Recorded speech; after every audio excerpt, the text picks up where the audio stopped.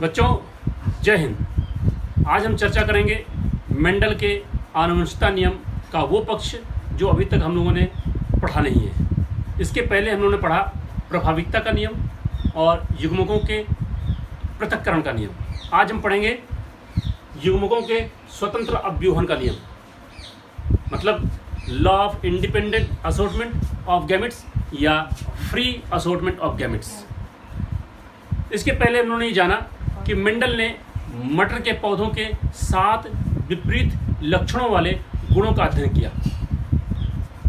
पुष्प का रंग, पुष्प की स्थिति, मटर की फली का रंग, मटर के फली का आकार, बीज का रंग, बीज की आकृति और पौधे की लंबाई। इन 7 लक्षणों पर ध्यान केंद्रित करके मटर के पौधों का उन्होंने अध्ययन किया 1856 से लेकर 1863 तक। उस अध्ययन के आधार पर जो निष्कर्ष निकाले गए वो क्रॉस 3 प्रकार के थे। मोनोहाइब्रिड एक गुण संकरण, डाई हाइब्रिड द्विगुण संकरण और ट्राई हाइब्रिड त्रिगुण संकरण। अर्थात जब मटर के पौधों के एक जोड़ी विपरीत लक्षणों के बीच संकरण कराया जाता है तो उसे कहते हैं मोनोहाइब्रिड या एक गुण संकरण। जैसे मटर के पौधों की लंबाई को लेकर, लंबे बौने, पुष्प के रंग को लेकर, पर्पल वाइट, इस प्रकार से एक ही जोड़ी विपरीत लक्षणों को ध्यान में रखकर जब संकरण कराया जाता है तो उसे कहते हैं मोनोहाइब्रिड या एक गुण संकरण। प्रभाविकता का नियम और युग्मकों के पृथक्करण का नियम, ये 2 नियम तो हम लोगों ने एक गुण संकरण के आधार पर पढ़े। अब हम बात करेंगे द्विगुण संकरण की, अर्थात एक साथ 2 जोड़ी विपरीत लक्षणों वाले गुणों को हम ध्यान में रखते हुए संकरण कराएं। मेंडल ने मटर के जिन गुणों को ध्यान में रखते हुए संकरण करा करके यह नियम प्रतिपादित किया वो क्या थे? मटर के पौधे में बीज का रंग पीला और हरा और बीज की आकृति गोल और झुर्रीदार। तो 2 गुण आए, बीज का रंग और बीज की आकृति। दोनों के विपरीत लक्षण भी हैं, पीला और हरा विपरीत लक्षण और गोल तथा झुर्रीदार विपरीत लक्षण। इस प्रकार से हम लोग मेंडल के इस नियम का अध्ययन करेंगे। देखें,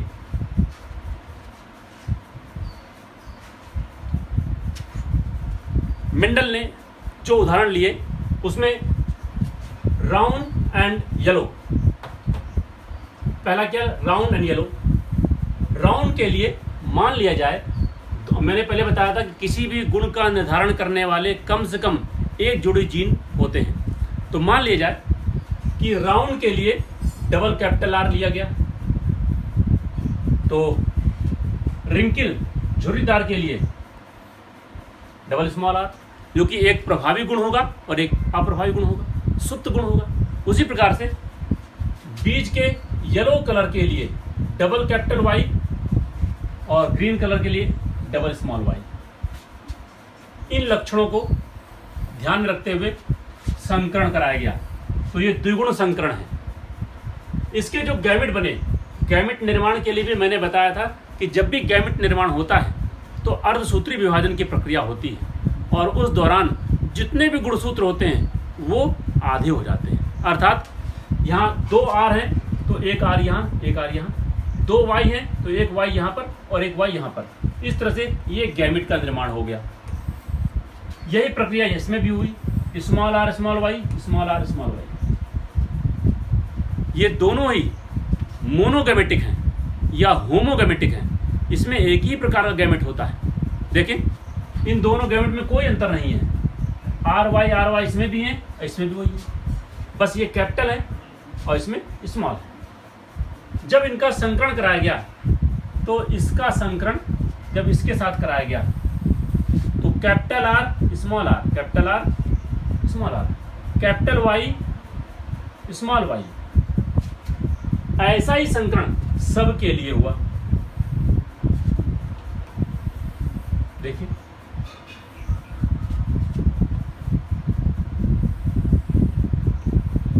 और ये बन गई पहली पीढ़ी। ये क्या थी? गैमेट।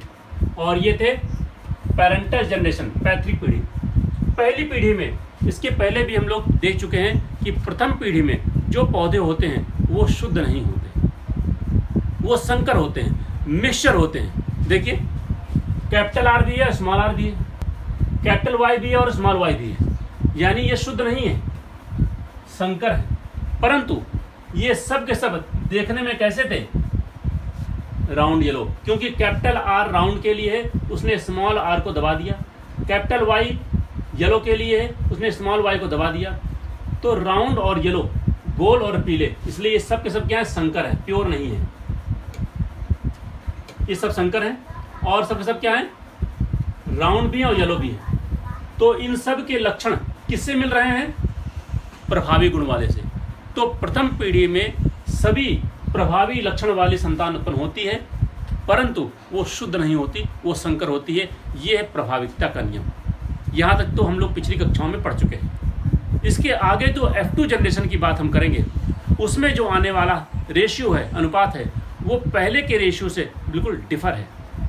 आइए देखें, ये प्रथम पीढ़ी के संकर पौधों के बीच जब आपस में हम लोगों ने स्वपरागण कराया, इनको अपने आप में ही कर दिया, तो इस बार इस वाले पौधे से 4 प्रकार के युग्मक बनेंगे, इस वाले पौधों से भी 4 प्रकार के युग्मक बनेंगे। वो युग्मक कौन कौन से होंगे? देखें, ये युग्मक हुए, दोनों capital R capital Y, small R small Y, capital R small Y और स्मॉल आर कैपिटल वाई। ये एक पौधे से बना, मान लीजिए इस पौधे से बना। ये F1 पीढ़ी की है बच्चों, पिछले जो स्लाइड पे दिखाया था उन्होंने, वो F1 पीढ़ी के सदस्य ये थे। इस वाले ने ये 4 गैमेट बनाए और इस वाले ने 4 गैमेट बनाए, तो उनके गैमेट को मैं यहाँ लिख दे रहा हूँ अध्ययन की सुविधा के लिए। गैमेट का जो प्रकार होगा युग्मकों का, वो बिल्कुल समान होगा। ये F2 पीढ़ी की बात हो रही है। इनमें हम संकरण कराएं। जब देखें capital R Y capital R Y जब क्रॉस कराया गया, तो ये कैपिटल आर कैपिटल वाई, लेकिन स्मॉल वाई। देखिए capital R small R, capital Y capital Y, capital R small R, capital Y small Y. बच्चों, कैपिटल आर की मौजूदगी बीज को राउंडनेस प्रदान करेगी, गोलाकार, चाहे एक कैपिटल आर हो या 2 कैपिटल आर। उसी प्रकार से कैपिटल वाई की मौजूदगी बीज के रंग को पीलापन प्रदान करेगी, चाहे एक कैपिटल वाई हो या 2 कैपिटल वाई हो। अब देखें, इनको क्रॉस कराया, कैपिटल आर और capital Y small Y, capital R small Y. ये पहली बार स्मॉल वाई आया। दोनों स्मॉल वाई अगर होंगे तो कलर ग्रीन हो जाएगा। उसी प्रकार से देखिए, कैपिटल आर स्मॉल आर, ये हाइब्रिड है लेकिन राउंड है। Capital Y small Y, capital Y small Y दोनों हैं, तो ये क्या हो जाएगा? हाइब्रिड हो जाएगा। यहां पर देखें, कैपिटल आर स्मॉल आर और स्मॉल वाई, ये भी ग्रीन होगा। इनमें देखें, कैपिटल आर ऊपर से, यहां से स्मॉल आर, कैपिटल वाई, ये हाइब्रिड होगा लेकिन ये प्योर होगा। यहां पर भी देखें,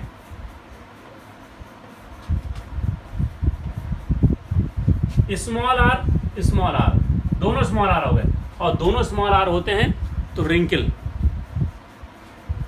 capital Y small Y, sorry capital Y इसी प्रकार से small R capital Y small Y. इनमें देखें, हाइब्रिड दोनों हाइब्रिड है। इस प्रकार से दूसरी पीढ़ी में ये रिजल्ट हमें मिला। अब इसमें कितने प्रकार के पौधे प्राप्त होंगे? दिखने में फिनोटिपिक वाय रूप क्या होगा। देखें कैसे पता करते हैं, किस प्रकार के पौधे द्वितीय पीढ़ी में उत्पन्न होंगे वो हम इनसे पता कर लेते हैं, गैमेट से। कैपिटल आर कैपिटल वाई है, इसका मतलब गोल पीले बीज होंगे। कैपिटल आर स्मॉल वाई गोल हरे बीज होंगे। स्मॉल आर कैपिटल वाई झुर्रीदार पीले बीज होंगे। और स्मॉल वाई झुर्रीदार हरे बीज होंगे। अर्थात कुल 4 प्रकार के बीज उत्पन्न करने वाले पौधे उत्पन्न होंगे इस पीढ़ी के फलस्वरूप। देखें ये हो गए गोल पीले, मैंने कहा था कि कम से कम एक कैपिटल आर होना चाहिए, कैपिटल वाई होना चाहिए। 4 प्रकार गैमेट थे। राउंड ग्रीन गोल हरे, यानी यहाँ कैपिटल आर होगा लेकिन स्मॉल वाई होगी। रिंकिल येलो यानी स्मॉल आर होगा और कैपिटल वाई होगा। और रिंकिल ग्रीन यानी स्मॉल आर स्मॉल वाई। यही 4 प्रकार के गैमेट तो हम लोगों ने बनाए थे पिछली बार। देखें यही गैमेट तो है। इसी आधार पर हम लोगों ने तय किया कि F2 पीढ़ी में किस प्रकार के पौधे उत्पन्न होंगे। अब इनका अनुपात देख लें। सबसे पहले देखें कैपिटल आर कैपिटल वाई। इसके लिए हम ये जान रहे हैं कि इसके लिए हमें, अब देखें F2 पीढ़ी में जो पौधे उत्पन्न हुए उनका अनुपात क्या होगा, वाय रूप अनुपात। पहला प्रकार का जो है राउंड येलो के लिए कम से कम एक कैपिटल आर और येलो के लिए कम से कम कैपिटल वाई होना चाहिए, जिसमें कैपिटल आर भी हो, 1 2 हो जाए कोई बात नहीं, और कैपिटल वाई भी हो कम से कम 1 2 हो जाए तो कोई बात नहीं। आइए देखें कौन कौन से ऐसे पौधे हैं। कैपिटल आर कैपिटल वाई होना चाहिए, एक भी 1 2 3 4 सब में कैपिटल आर कैपिटल वाई हैं। 5 6 7 8 9 ये 9 ऐसे बीज हैं जिसमें कैपिटल आर भी है और कैपिटल वाई भी है। तो गोल और पीले बीज हुए कितने, 9। राउंड एंड ग्रीन, राउंड के लिए कम से कम एक कैपिटल आर की उपस्थिति आवश्यक है। ग्रीन के लिए दोनों स्मॉल वाई होना चाहिए। ऐसा देखें कितने केस में है, दोनों स्मॉल वाई और कैपिटल आर, 1 या 2। देखें कैपिटल आर देखें,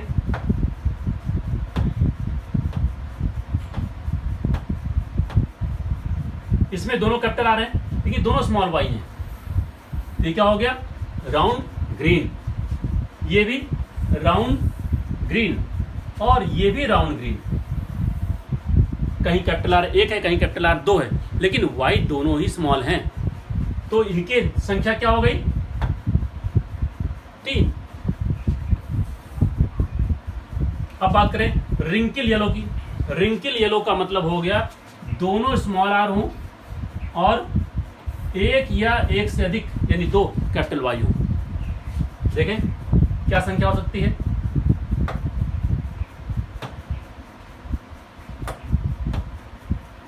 इसमें दोनों स्मॉल आर रिंकिल और हमें क्या चाहिए, रिंकिल हमें येलो चाहिए। दोनों स्मॉल आर दोनों कैपिटल वाई, दोनों स्मॉल आर 1 कैपिटल वाई है और दोनों स्मॉल आर 1 कैपिटल वाई। ये क्या हो गए, झुर्रीदार किंतु पीले। इनकी संख्या देखें फिर से 3 और लास्ट में बच गया रिंकिल ग्रीन। दोनों स्मॉल आर दोनों स्मॉल वाई, इनकी संख्या देख लें, केवल यही तो है, दोनों स्मॉल आर दोनों स्मॉल वाई। और इस तरह से ये रेशियो निकला है 1। तो बच्चों ये जो रेशियो हम लोगों ने देखा 16 पौधों का, ये रेशियो क्या है 9:3:3:1। ये कराता है फिनोटिपिक रेशियो, वाय रूप अनुपात, युग्मकों के स्वतंत्र अव्यूहन का नियम। अब देखिए इस नियम को यही नाम क्यों दिया गया। हम लोगों ने जब प्रारंभ में इस नियम के बारे में देखा तो इस नियम में जिन पौधों को हमने लिया वो क्या थे, राउंड येलो और रिंकिल ग्रीन, गोल पीले और झुर्रीदार हरे। तो गोल के साथ हमने पीले रंग को लिया, झुर्रीदार के साथ हम लोगों ने हरे रंग को लिया, लेकिन जो रिजल्ट हम लोगों ने देखा उसमें क्या गोल वाला पीले के साथ ही है, ऐसा नहीं है। गोल का गुण पीले के साथ तो है ही है, लेकिन गोल का गुण हरे के साथ भी है। उसी प्रकार से झुर्रीदार का गुण ग्रीन के साथ है, लेकिन क्या ग्रीन के साथ ही है, रिंकिल का गुण जो है झुर्रीदार का जो गुण वो पीले के साथ भी है।